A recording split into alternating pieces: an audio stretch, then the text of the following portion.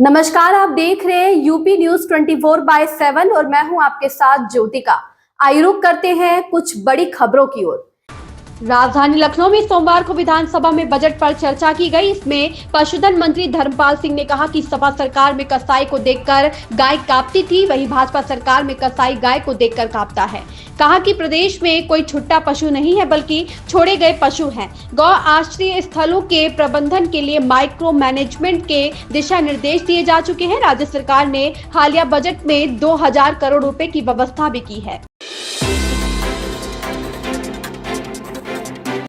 America के नवनिर्वाचित राष्ट्रपति डोनाल्ड ट्रंप ने दूसरी बार सत्ता में आने के बाद फरवरी के पहले हफ्ते में मैक्सिको और कनाडा से होने वाले आयात पर 25% टैरिफ लगाने का ऐलान किया था। वहीं चीन से आयात पर अतिरिक्त 10% टैरिफ लगाने की बात कही गई थी। इसके बाद 4 फरवरी को टैरिफ को 30 दिनों के लिए टाल दिया गया था। यह मियाद आज पूरी हो रही है।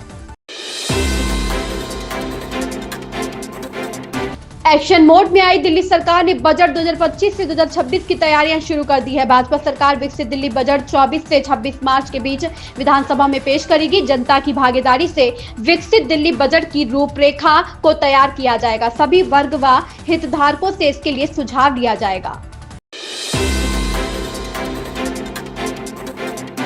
राजधानी लखनऊ स्थित विधान परिषद ने उत्तर प्रदेश नजूल संपत्ति विधेयक 2024 पर विचार करने के लिए 11 सदस्यीय प्रवर समिति का गठन कर दिया है। समिति के सभापति सीएम योगी आदित्यनाथ होंगे, जबकि डिप्टी सीएम व विधान परिषद में नेता सदन केशव प्रसाद मौर्य को पदेन सदस्य नामित किया गया है। इस संबंध में विधान परिषद के प्रमुख सचिव डॉक्टर राजेश सिंह ने अधिसूचना जारी कर दी है।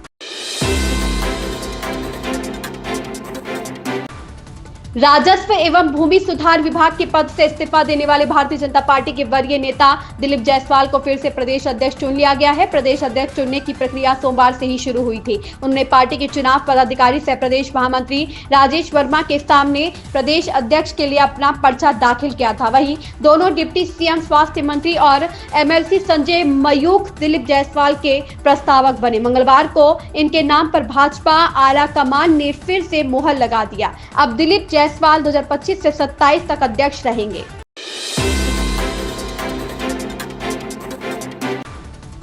बॉम्बे हाईकोर्ट ने शेयर बाजार धोखाधड़ी मामले में सेबी के पूर्व अध्यक्ष माधवी पुरी बुच और अन्य के खिलाफ प्राथमिकी दर्ज करने की विशेष अदालत के आदेश पर रोक लगाई। दरअसल पूर्व सेबी प्रमुख बुच और 5 अन्य ने कथित शेयर बाजार धोखाधड़ी के लिए उनके खिलाफ एफआईआर दर्ज करने के आदेश को रद्द करने की मांग करते हुए बॉम्बे हाईकोर्ट का दरवाजा खटखटाया था। हाईकोर्ट ने कहा था कि वह याचिकाओं पर 4 मार्च को सुनवाई करेगा। एसीबी से तब तक विशेष अदालत के आदेश पर कार्रवाई नहीं करने को कहा गया था।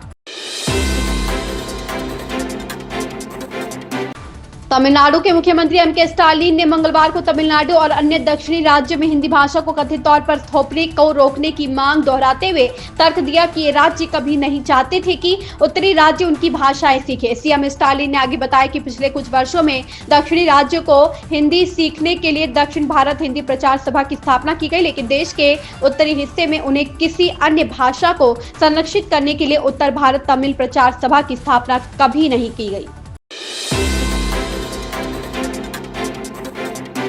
उत्तर प्रदेश में बसपा में उथल पुथल मची हुई है। पार्टी के सारे पदों से हटाए जाने के बाद आकाश आनंद का victim card Baspa supremo Mayawati को रास नहीं आया। इसी वजह से उनकी नाराजगी बढ़ गई। उन्होंने आकाश को पार्टी से बाहर का रास्ता दिखाने में उन्होंने तनिक भी देर नहीं की। पार्टी सूत्रों की माने तो आकाश आनंद बीते कुछ दिनों से पार्टी पर अपना वर्चस्व बनाने के लिए कुछ वरिष्ठ पदाधिकारियों के खिलाफ मोर्चा खोल रहे थे। इसमें उनके ससुर अशोक सिद्धार्थ भी अहम भूमिका निभा रहे थे।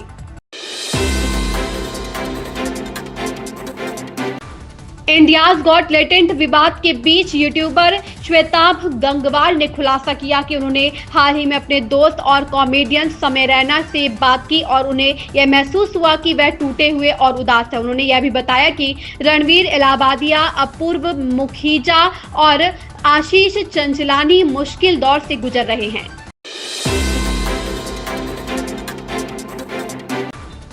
मुख्य विपक्षी पार्टी कांग्रेस ने मंगलवार को सरकार के फैसलों पर सवाल खड़े करते हुए अर्थव्यवस्था को संकट में डालने का आरोप लगाया। उन्होंने कहा कि अर्थव्यवस्था पर सरकार का बनाया हुआ संकट हावी हो गया है। कांग्रेस ने देश में बढ़ते गोल्ड लोन के प्रचलन पर निशाना साधते हुए सरकार पर तीखा हमला किया। कांग्रेस के महासचिव और संचार प्रभारी जयराम रमेश ने भारतीय रिजर्व बैंक के फरवरी के आंकड़ों का हवाला देते हुए कहा कि गोल्ड लोन में 71.3% का जबरदस्त उछाल देखा गया है।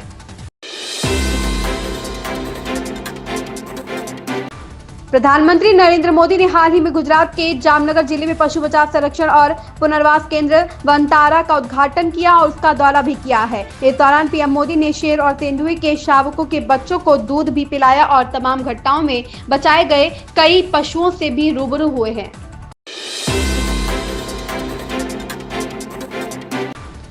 टीवी शो तारक मेहता का उल्टा चश्मा के मौजूदा ट्रैक से दर्शक खुश नहीं है। इसमें भिड़े की बेटी सोनू की मर्जी के खिलाफ सगाई की जा रही है। हाल ही में आए एपिसोड के बाद कुछ दर्शकों ने सोशल मीडिया पर अपनी नाराजगी जाहिर की है। वे टप्पू और सोनू के अलग होने की कहानी से निराश हैं।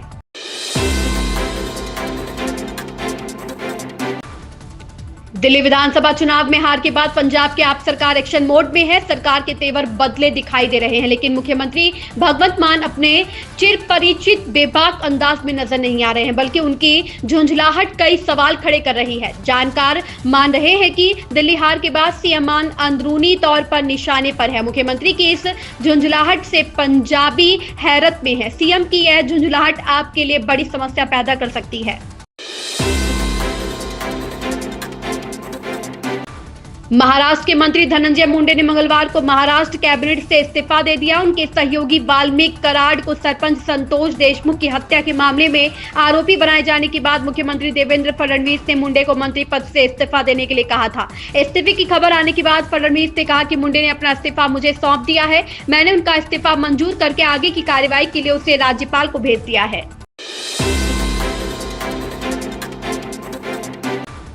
मुंबई पुलिस ने समाजवादी पार्टी के विधायक अबू आसिम आजमी के खिलाफ मुगल बादशाह औरंगजेब की तारीफ करने वाली टिप्पणी के मामले की जांच शुरू कर दी है। लोकसभा में शिवसेना सांसद नरेश महस्के की शिकायत पर पड़ोसी थाने में पुलिस ने कथित तौर पर धार्मिक भावनाओं को ठेस पहुंचाने के प्रयास के आरोप में आजमी के खिलाफ सोमवार को एफआईआर दर्ज की। इस बीच उप मुख्यमंत्री एकनाथ शिंदे ने एक बार फिर आजमी पर निशाना साधा और उन्हें देशद्रोही करार दिया।